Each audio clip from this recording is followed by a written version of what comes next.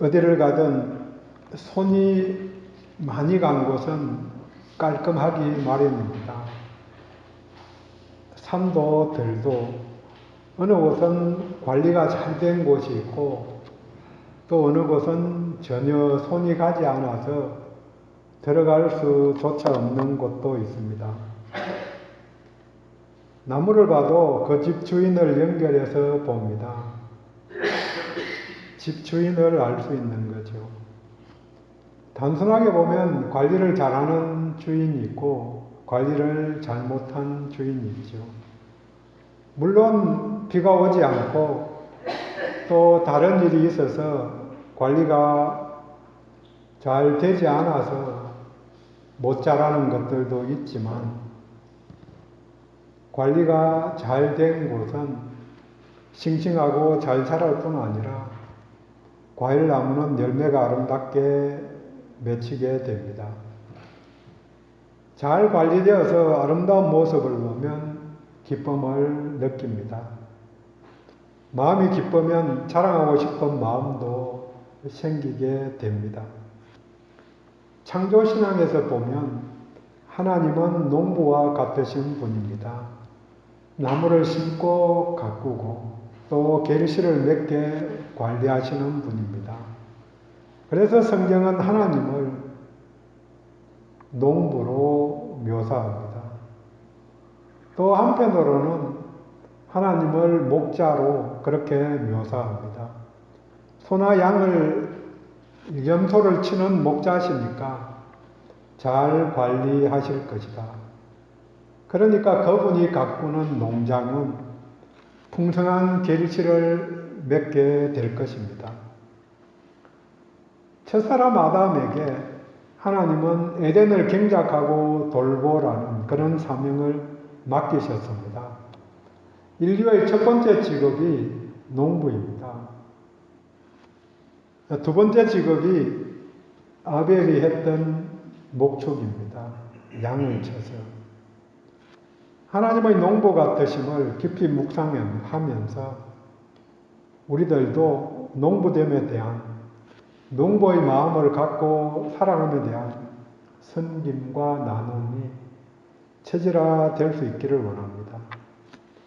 동시에 선한 것, 아름다운 것, 좋은 것을 보면 감사하고 기뻐하고 찬송하는 일상이 되기를 원합니다. 오늘 시편 92편입니다. 안식일의 찬송시, 그런 제목이 붙은 유일한 시편입니다. 안식일에 성전에서 제사드리며 부르는 노래가 92편 오늘 본문입니다. 주보 뒤편에 월요일 날 제사 드릴 때에 부르는 찬송, 화요일 때 부르는 찬송, 이런 찬송이 물론 다른 찬송들도 있지만 그 찬송을 꼭 불렀다고 그렇게 이야기합니다. 안식일 날 부르는 찬송. 안식일은 창조와 출애굽의 구원을 기억하는 날입니다. 그런데 이 땅에는 참된 안식이 없습니다. 그래서 종말을 바라보면서 쉼을 누리는 날, 그날이 안식하는 날, 또 우리들에게는 주일입니다. 본문의 내용은 신앙 고백, 저자가 하나님께 대한 고백적인 문구입니다. 성경은 66권으로 다양한 책들이 있습니다. 그 책들을 분류해서 처음에 5권은 율법서, 그 다음 역사서, 이렇게 또 시가서, 선지서, 신약은 복음서, 이렇게 분류를 하는데 나머지 책들은 전부 다 하나님께서 사람들에게 하신 말씀들, 그 말씀에 대한 또 하나님께서 행하신 일에 대한 그런 고백입니다. 역사서는 그냥 사실들을 적은 그런 역사가 아니고 해석이 들어간 하나님께서 우리들에게 어떻게 함께 하셨는가, 또 손으로 도우셨는가 하는 것을 알려주는 그런 말씀이라는 거죠.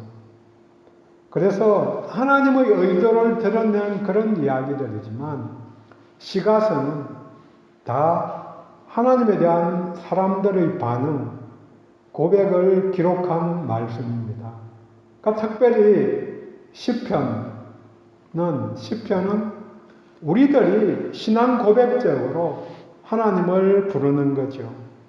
그래서 우리말 성경에는 지존자여 이렇게 시인은 제일 먼저 지존자를 부르죠. 그러니까 우리들의 사고방식으로는 시를 적으면 지존자여 하고 부르는 게 우리들의 사고방식에 맞는 거죠. 지존자인 여호와께 감사하고 주의 이름으로 찬양한다고 고백합니다. 지극히 높으신 분께 찬양으로 제사를 드립니다. 하지만 히브리 성서는 제일 첫 단어가 3절 끝에 나오는 좋습니다. 토브, 참 좋습니다 하고 시인의 마음을 먼저 토로합니다. 내가 참 좋네요 이렇게 고백하는 거죠. 안식일에도 참 좋네요 하고 고백하는, 또 안식일이기 때문에 더 좋네요 하고 고백하는 하는 것입니다. 쉬니까 참 좋네요. 하나님이 만드신 모든 것을 보니까 참 좋습니다. 이 고백이 우리들의 고백이 되기를 원합니다. 직장인들은 주 5일을 근무를 하면서 요일로 보면 토요일이 가장 편하고 좋은 날이 되었습니다. 다음 날에도 쉬니까요. 그렇지만 예배하며 주께서 하신 일을 생각하는 주의 날이 더 좋은 날이 되어야 합니다. 오늘은 함께 시인이 왜 참 좋다고 하는지 본문을 통해서 나누기를 원합니다. 첫 번째 시인은 하나님을 선포함이 참 좋다, 기쁘다 이렇게 외칩니다. 예배자로 감격에 겨워서 찬양하는 시인입니다. 예배의 자리에서 봐야 합니다. 1, 2, 3절입니다. 여러 악기로 찬양하는 것이 참 좋다. 여호와께 감사하며 찬송하는 것이 좋다. 그리고 마지막으로 아침마다 주의 인자하심을 알려서 좋다. 밤마다 주의 성실하심을 선언하는 것이 좋다고 말합니다. 아침마다 밤마다 이렇게 말하는 것은 아침부터 밤까지 항상이라는 의미입니다. 아침에만 밤에만 이런 뜻이 아니고 아침에도 밤에도 연결해서 항상 항상 감사하는 것입니다. 항상 감사하고 찬양하고 그 사실을 기뻐하며 좋아합니다. 사실 기쁘기 때문에 찬송하는 것도 중요하지만 찬송하면 기쁨이 오기 때문에 찬송해야 합니다. 기쁜 말을 하면, 찬양을 하면 기쁘니까 선순환이 되죠. 그래서 무엇부터 할 건지 하는 면에서 먼저 찬송하는 것, 이런 자세가 중요하죠. 입에 찬양을 달고 살면 기쁨이 붙어 다니게 됩니다. 내가 그분을 선전하고 알리는 것이 기쁘다, 이런 고백입니다. 함께 부른 복음성가 가사 51쪽에 있던 그 시편 91편 가사를 갖고 이야기하는 것.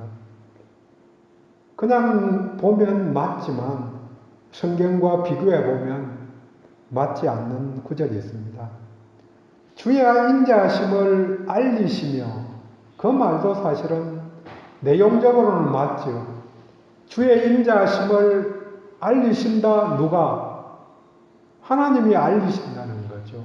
그런데 성경은 알리며, 누가? 내가 알린다. 그러니까 내가 하나님의 인자하심을 세상 사람들에게 알리는 게 나 참 기쁘다.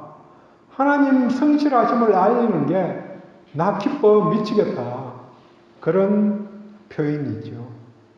하나님이 알려주시는 게 아니고 시인이 고백하고 선포한다는 의미입니다.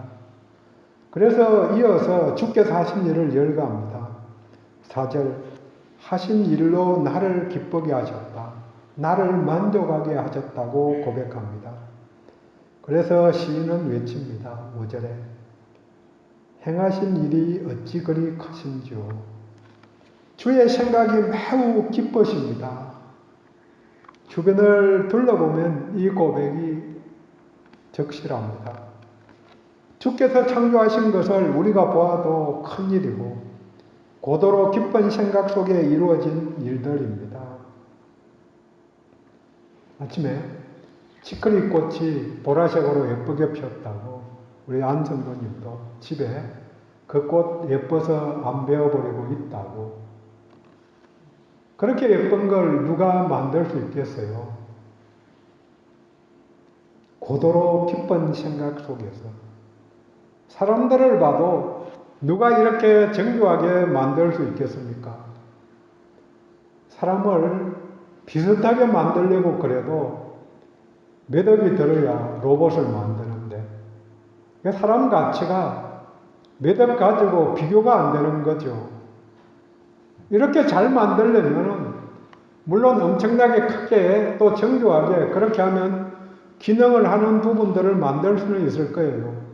하지만 현재의 기술로는 사람같이 생각하는 기술, 인공지능이 발달해도 그게 안 되는 거죠. 넣어주는 것 가지고 가는 거지.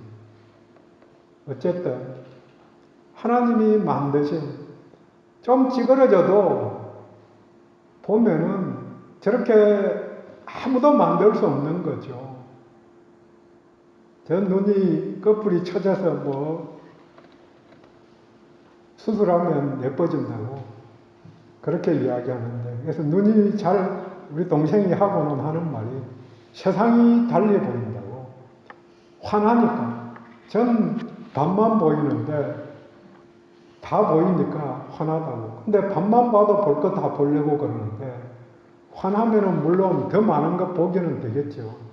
근데 더 많은 거 보다 보면 못 봐야 될 것도 볼 수도 있다. 그래서 그냥 일단은 전 감사하며 산다. 그렇게 고백은 했는데, 물론 수술하는 두려움도 있기도 하지만 그렇습니다. 저절로 이루어졌다고 생각하는 사람들도 있습니다. 하지만 저절로 된 일은 없다는 걸 우리들은 잘 압니다. 동시에 변이나 진화가 일어나도 좋은 방향으로 가게 하나님이 개입하셨다고 믿습니다. 8절에 여호와여 주는 영원토록 지존하시나이다. 1절에 지존자로 고백한 것, 지극히 높으신 분이라고 고백한 걸 다시 한번 강조합니다. 당연히 그분을 선포하는 것이 기쁘고 즐겁고 좋은 일입니다. 정직하다면 입에서 나오는 것은 마음에 있는 것들입니다. 마음에 충만한 것들이 밖으로 표출되는데 그것이 삶이고 그것이 또 간정입니다.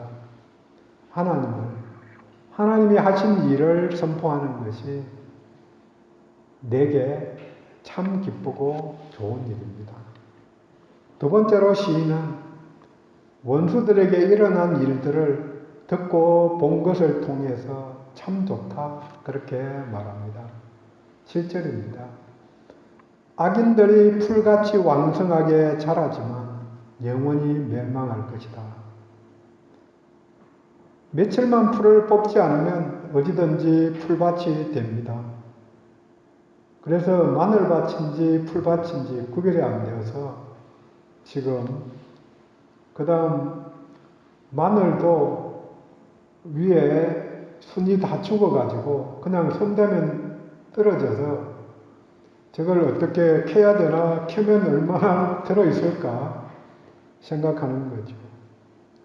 그렇게 왕성하게 성장하고 퍼지지만 가을이 되면 쇠잔하게 되고 겨울에는 다 말라 죽습니다. 일시적일 따름입니다. 9절에 주의 원수들은 패망하리이다. 나의 원수일 수도 있지만 동시에 악인들은 주의 원수들입니다. 악한 자를 하나님이 미워하십니다. 왜? 사탄을 따라가니까. 주께서 오래 참으시지만 원수를 당연히 멸하실 것입니다. 정녕 주의 원수들은 패망하리니 죄악을 행하는 자는 다 흩어지리이다. 공동체에서 흩어짐은 저주이고 죽음보다 더한 수치이기 때문에 의인을 구별해서 죄인들을 흩으신다고 말합니다. 11절 내 원수들이 보응받는 것을 내 눈으로 보며 일어나 나를 치는 행악자들이 보응받는 것을 내 귀로 들었도다. 보고 들었다. 보응받는다. 악인들이 벌받는 것을 보고 들었다고 증언합니다. 우리들은 참을성이 없어서 즉각적으로 악인들이 벌받는 것을 보고 싶지만 우리가 원하는 때에 응답하시지 않으시지만 하나님의 시간에 반드시 악을 징계하시는 하나님이십니다. 한편으로는 하나님의 오래 참으심이 우리에게 적용되었기 때문에 우리가 멸망받지 않고 구원의 길에 들어가고 또 평안을 누리게 되었습니다. 하지만 그 결국을 생각해서 미리 손을 들고 나오는 것이 지혜입니다. 악인은 풀과 같이 속히 배임을 당할 것이다. 풀은 채소와 같이 쇠잔할 것이라고 시편 37편에서 말합니다.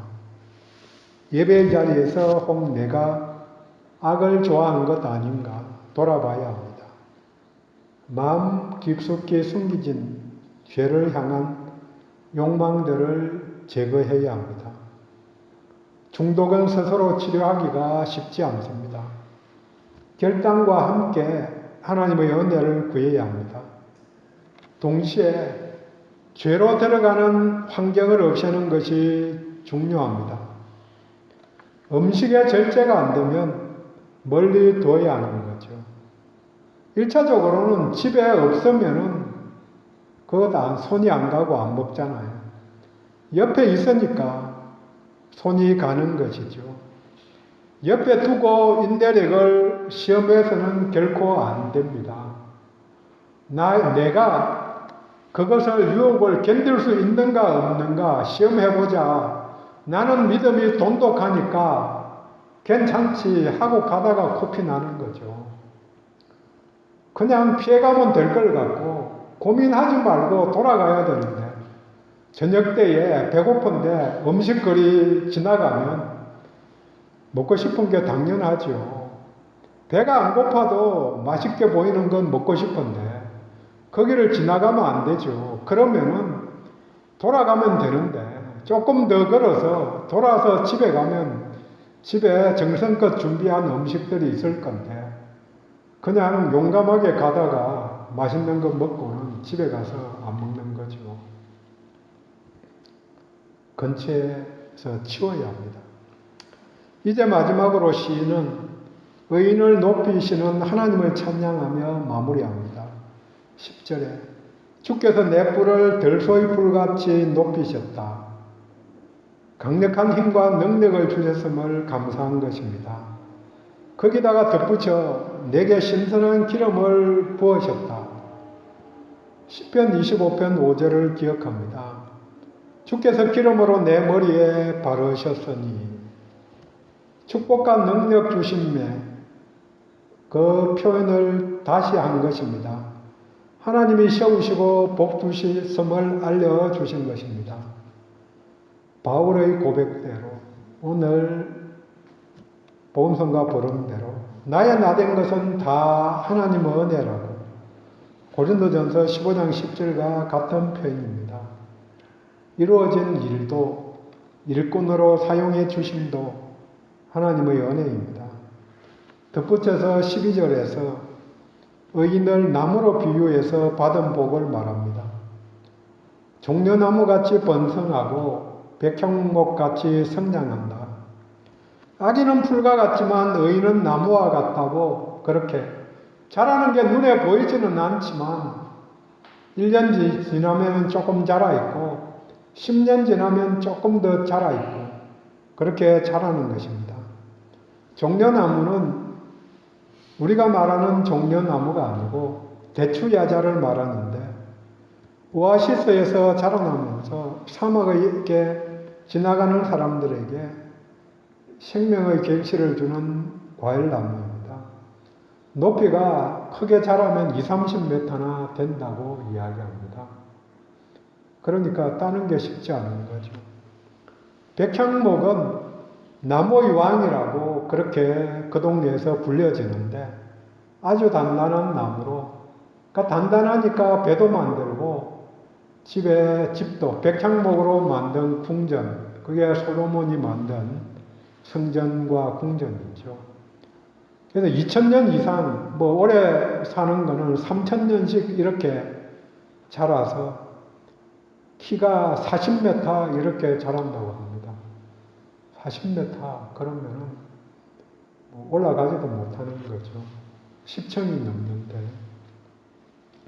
레바논의 높은 산에서도, 극한 상황에서도 잘 견디며 자라나는 나무입니다.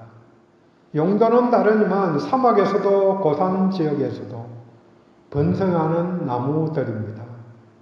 번성하게 되는 당위성을 13절에 설명합니다. 이는 여호와의 집에 심겼다. 여호와의 뜰 안에서 번성한다. 집에 그 집의 뜰에 심겼으니까 농부 대신 하나님이 관리하시니까 당연히 번성하게 됩니다. 처음에 나누었지만 누구의 밭에 심겨져 있는 나무인지가 중요합니다. 요즘 밤꽃이 만발했는데 누구의 밤밭이냐? 이게 중요하지요. 잘 가꾸는 집에서는 좋은 밤이 열릴 것이고 가꾸지 않으면 크기도 별로이고 맛도 별 것 없을 것입니다. 20년 전쯤에 친한분이 영동에 과수원이 딸린 농가를 샀습니다. 그 덕에 복숭아를 얻어먹었는데요. 첫 해에는 전 주인이 관리를 해서 아주 맛있는 영동 복숭아 맛있어요. 그 다음에는 조금 심심했습니다. 하지만 그 다음에는 줬는데 그냥 못 먹어서 설탕에 재워서 먹었습니다. 그 다음에는 없습니다. 나무가 다 불러지고 대책이 없어서 복숭아가 열리지도 않은 거죠. 부러지고. 얼마나 번성하는가를 14절에 말합니다. 늙어서도 여전히 결실하고 진액이 풍족하고 빛이 청정하다. 늙어도 해춘해서 젊을 때와 같이 여전히 결실하는 열매 맺는 인생이 된다고 강조합니다. 나이가 문제가 아닙니다. 건강하지 못한 부분이 있기는 하지만 열매를 맺을 수 있는, 남들에게 유익을 줄 수 있는 영역이 분명히 있습니다. 모세도 80 이후에 본격적인 사역을 시작했고 갈렙도 85세에 헤브론 산지를 정복하러 올라갑니다. 장정이라도 넘어지되 오직 여호와를 앙망하는 자는 독수리가 날개치며 올라간 같이 올라간다. 새 힘을 얻을 것이라고 이사야는 말합니다. 예수님도 같은 표현을 합니다. 나는 포도나무요 너희는 가지다. 그리고 내 아버지는 농부다. 가지는 붙어 있기만 하면 깨끗하면 좋은 결실을 맺는다고 말씀하십니다. 하나님이 농사를 지으시니 풍성한 결실을 맺는 게 당연합니다. 결실이 안 되는 것은 아버지 집에 심기지 않아서 예수와 붙어 있지 않아서이든지 아니면은 병들어서 중독되든지 해서입니다. 가지치기를 하시는 분도 하나님이고 결실을 맺게 하시는 분도 하나님이십니다. 혹 가지가 담장을 넘어 아버지의 집에 들어왔더라도 뿌리가 담장 밖에 있으면 좋은 결실을 맺을 수가 없습니다. 하나님의 뜻 안에 심겨졌다는 것이 중요합니다. 그분 안에서 성장하고 결실을 맺는 자는 15절의 고백을 시인과 같이 할 것입니다. 여호와의 정직하심과 나의 바위 되심과 불의가 없으심이 선포되리로다. 의인에게 복 주시는 것이 확정합니다. 그분이 복의 근원이기 때문입니다. 정리합니다. 시인과 같이 예배자의 감격이 기쁨이 있는지요. 악인은 보응하고 의인은 번성한다고 말합니다. 악인은 풀과 같고 의인은 나무와 같다고 표현합니다. 그런데 인생은 6절과 같이 어리석은 자는 알지 못한다. 무지한 자는 깨닫지 못한다. 옳습니다. 아무리 똑똑하다 해도 영혼을 생각하지 않는 것은 일시적인 일에 목숨을 거는 것이 어리석은 자의 대표적인 행태입니다. 잠시 잠깐이면 지나갈 걸 갖고 목숨을 걸고 먹을 것을 탐하고 하는 거죠. 영원에 덧붙여져야 합니다. 예수 안에 생명, 예수 안에 영생이 있습니다. 예수 안에 있는 자가 의롭다 인정받는 의로운 의인입니다. 의인은 하나님의 집에 심기운 나무와 같습니다. 그러니 스스로도 참 좋구나. 주변 사람들에게도 참 좋네요. 우리 하나님께는 참 좋습니다. 이렇게 선언하고 고백합니다. 기도합니다.